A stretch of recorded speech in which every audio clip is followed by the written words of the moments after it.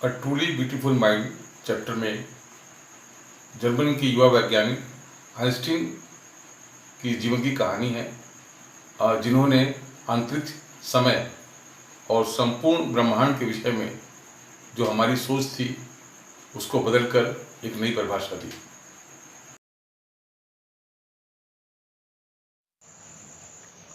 Albert Einstein was born on 14th March 1879 in the German city of Ulm, without any indication that he was destined for greatness. Albert Einstein was born on 14th March 1879 in the German of the city of Ulm. Albert Einstein का जन्म 14 मार्च 1879 को German शहर के उल्म में हुआ था, without any indication, बिना किसी संकेत के, that he was destined for greatness, कि वह किसी महानता के लिए बना था। ऑन द कॉन्ट्रेरी, दूसरी तरफ, हिज मदर थॉट, उसकी माँ सोचती थी, अल्बर्ट वाज अ फ्रेक, कि अल्बर्ट असामान्य था। टू हर, उसके लिए, his head seemed much too large, उसका सिर बहुत बड़ा प्रतीत होता था। At the age of 2.5, Einstein still was not talking. 2.5 वर्ष की उम्र में भी आइंस्टीन बिल्कुल बोल नहीं पाता था। When he finally did learn to speak, जब अंत में उसने बोलना सीखा, ही अटर्ड एवरीथिंग ट्वाइस, वह अक्सर शब्दों को 2 बार बोलता था। Einstein did not know what to do with other children, Einstein नहीं जानते थे कि दूसरे बच्चों के साथ क्या करें। And his playmates called him brother boring, और उसके साथी उसे उबाऊ भाई कहते थे। So the youngster played by the himself much of the time, इसलिए यह युवा प्रायः स्वयं से खेलता रहता था। He specially loved mechanical toys, उसे विशेष रूप से तकनीकी खिलौने पसंद थे। Looking at his new born sister Maja, अपनी नई बहन माजा को देखकर, he said to have sad, वह उसे कहा करता था, फाइन, अच्छी है, but where are her heels, परंतु उसके पहिए कहाँ हैं। A headmaster once told his father that what Einstein chose as a profession would not matter. एक प्रधानाचार्य ने एक बार उनके पिता को बताया कि आइंस्टीन किस व्यवसाय को चुनते हैं, इससे कोई फर्क नहीं पड़ता, because he will never make a success at anything, क्योंकि वह किसी भी क्षेत्र में सफलता प्राप्त नहीं करेगा। Einstein began learning to play the violin at the age of 6, Einstein ने 6 वर्ष की उम्र में वायलिन सीखना शुरू किया। Because his mother wanted him to, क्योंकि उसकी माँ चाहती थी कि वो सीखे। He later became a gifted amateur violinist, अंत में वायलिन के एक पुरस्कृत अवैतनिक अनुयायी बने। Maintaining this skill throughout his life, और अपनी इस प्रतिभा को उसने अपने पूरे जीवन में कायम रखा। But Albert Einstein was not a bad people, लेकिन अल्बर्ट आइंस्टीन एक बुरे छात्र नहीं थे। He went to high school in Munich, वह म्यूनिक में हाई स्कूल पढ़ने गए। Where Einstein families had moved when he was 15 month old, जहाँ आइंस्टीन का परिवार भी गया जब वह 15 महीने की थे। And scored good marks in almost every subject, और वहाँ जाकर उन्होंने लगभग सारे विषय में अच्छे अंक प्राप्त किए। Einstein hated the schools regimentation, Einstein को स्कूल का कड़ा अनुशासन पसंद नहीं था। And often clashed with his teacher, प्रायः उनके शिक्षक से उनका झगड़ा होता था। एट द एज ऑफ 15 वर्ष की उम्र में Einstein felt so stifled Einstein का दम इतना घुटने लगा there that he left the school for good, कि उन्होंने स्कूल को हमेशा के लिए छोड़ दिया। The previous year Albert parent had move to Milan. पिछले वर्ष अल्बर्ट के माता पिता मिलान चले गए। And left there son with relatives, अपने बेटे को रिश्तेदारों के पास छोड़ गए। आफ्टर प्रोलॉन्ग्ड डिस्कशन, लंबी चर्चा के बाद, Einstein got his wish to continue his education in German speaking Switzerland. Einstein ने अपनी इच्छा मनवा ली कि वो आगे की पढ़ाई जर्मन बोलने वाले एक शहर स्विट्जरलैंड में करेंगे, which was more liberal that Munich, जो म्यूनिक से कई अधिक प्रतिशत आज़ाद ख्यालों वाला था। Einstein was highly blessed in mathematics and interested in physics. Einstein गणित विषय में अधिक होशियार थे और भौतिक में उनकी गहरी रुचि थी। After completing school he made his mind to study at a university in Zurich. विद्यालय की पढ़ाई पूरी करने के बाद उन्होंने म्यूनिख विश्वविद्यालय में पढ़ने का निर्णय किया। He made his mind to study at a university in Zurich, but it was not only science that appealed that the dashing young man with wordless mustache। परंतु विज्ञान एकमात्र विषय नहीं था जिस खूबसूरत नौजवान को, जिसकी मूछें बड़ी थीं, पसंद था। He also felt a special interest in a fellow student, मिलोवा मारिक।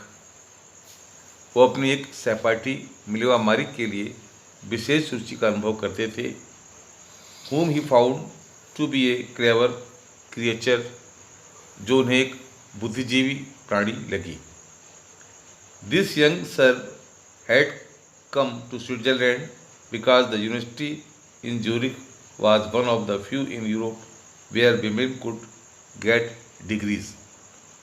यह युवा सर्बियन पढ़ने के लिए स्विट्जरलैंड आई थी, क्योंकि ज्यूरिख विश्वविद्यालय में यूरोप के उन विश्वविद्यालयों में था जहां औरतें डिग्रियां प्राप्त कर सकती थीं।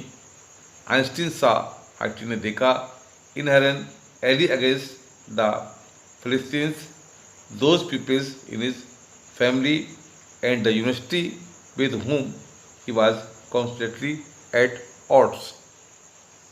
आइंस्टीन ने उनके अंदर एक ऐसा मित्र देखा जो उन सभी लोगों को जो उसके परिवार के थे और जो विश्वविद्यालय में थे, जिनके लिए अल्बर्ट एक अजीब प्राणी था। The couple fell in love,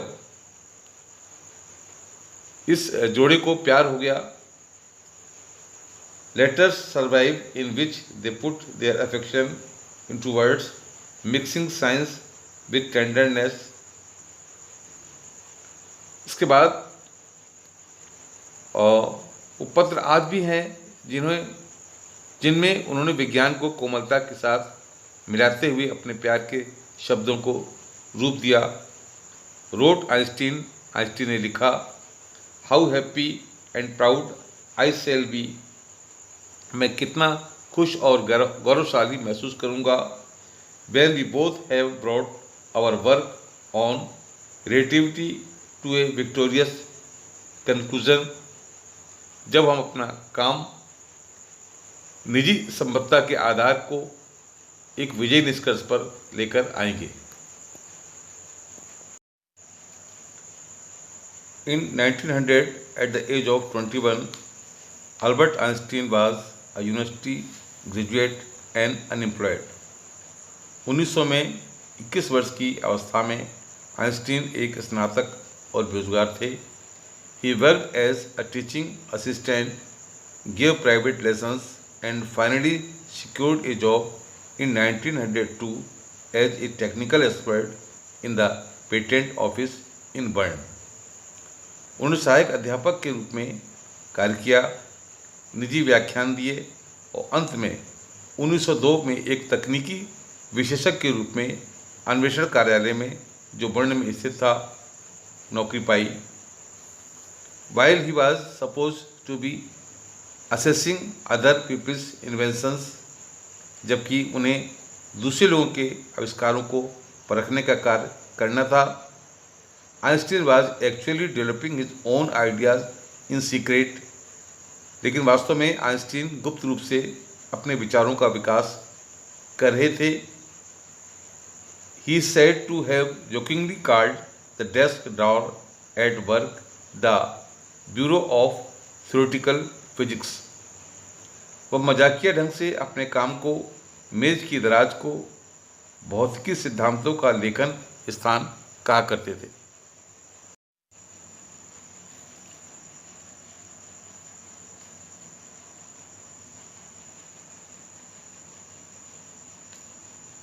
One of the famous papers of 1905 was Einstein's special theory of relativity।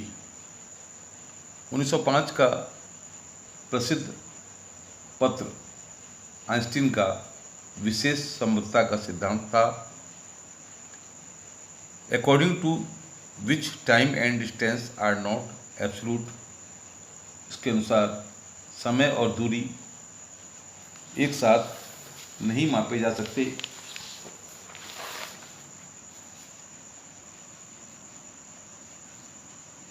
Indeed, वास्तव में two perfectly accurate clocks will not continue to show the same time if they come together again and after a journey if one of them has been moving very fast relative to the other. वास्तव में दो घड़ियाँ जो बिल्कुल सही है एक साथ समय नहीं बता पाएंगी यदि उन्हें एक साथ लाया जाए। एक यात्रा के पश्चात अगर एक दूसरे के मुकाबले बहुत तेज चल रही है।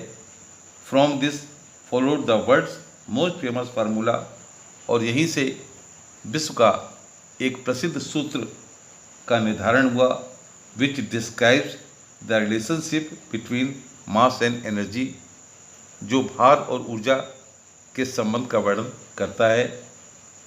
E is equal to me square. इस गणितीय सूत्र में, in this mathematical equation, E stand for energy, E ऊर्जा के लिए, M फॉर मास, M भार के लिए, and C for the speed of the light, C प्रकाश की गति एक निर्वात में, इन ए वैक्यूम अबाउट 3 लाख किलोमीटर, लगभग 3 लाख किलोमीटर प्रति सेकंड के लिए है।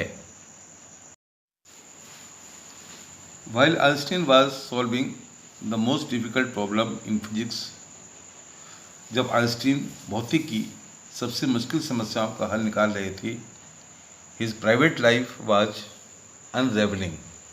उनका निजी जीवन असफल हो गया था। Albert had wanted to marry Mileva right after finishing his studies. Albert Mileva से विवाह करना चाहते थे पढ़ाई पूरी होने के पश्चात, but his mother was against it. लेकिन माँ इसके खिलाफ थी।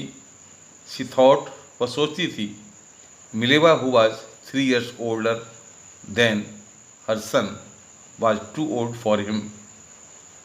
वह सोचती थी कि जो उनके बेटे से 3 वर्ष बड़ी थी वह काफ़ी बड़ी उम्र की थी।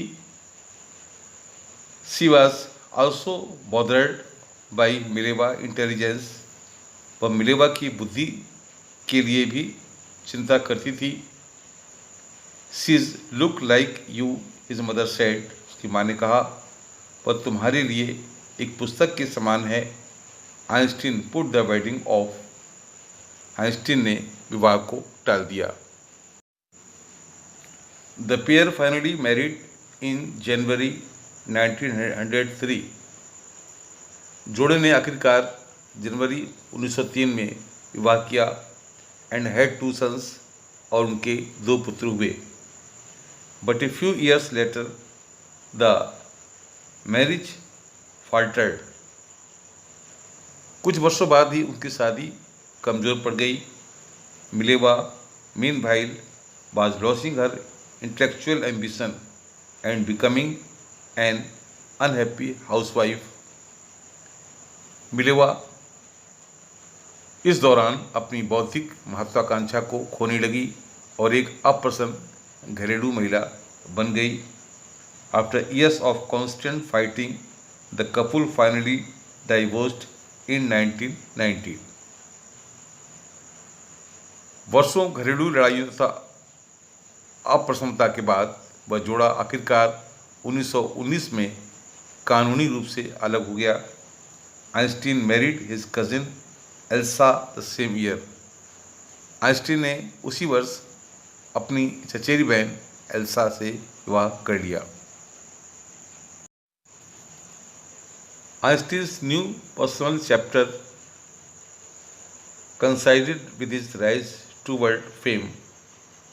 आइंस्टीन का नाम व्यक्तिगत अध्याय उनकी विश्व प्रसिद्धि के उदय के अनुरूप था। इन 1915 में he had published his general theory of relativity. उन्होंने सामान्य सापेक्षता सिद्धांत को प्रकाशित किया, which provided a new interpretation of gravity, जिसने गुरुत्वाकर्षण को एक नई व्याख्या दी। An eclipse of the sun in 1919 brought proof that it was accurate. 1919 को सूर्य ग्रहण में यह साबित हुआ कि यह बिल्कुल सही था। Einstein had correctly calculated in advance the extent to which the light from fixed stars would be deflected through the sun's gravitational field.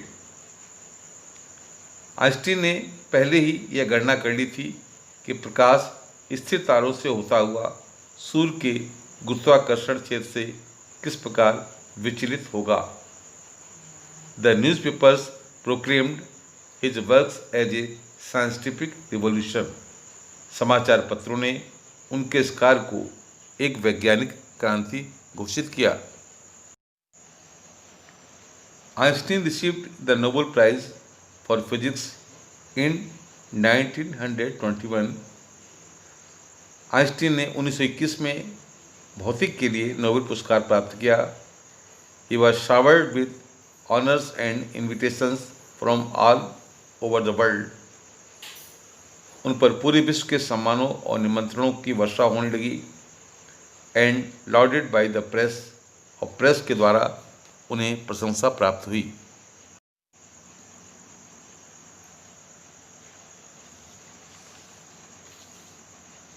When the Nazis came to power in Germany 1933, जब Nazi 1933 में Germany में शासन आए, Einstein emigrated to the United States. Einstein America गए। 5 years later, the discovery of nuclear fission in Berlin had American physicists in an uproar.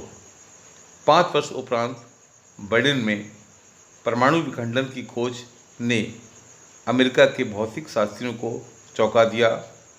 Many of them had fled from fascism. बहुत सारे लोग उनमें से फांसीवाद के डर से भाग गए। And now they were afraid the Nazis could build and use an atomic bomb. जैसे आइंस्टीन छोड़कर चले गए थे क्योंकि उन्हें अब डर था कि नाजी परमाणु बम बनाकर उसका प्रयोग कर सकते थे।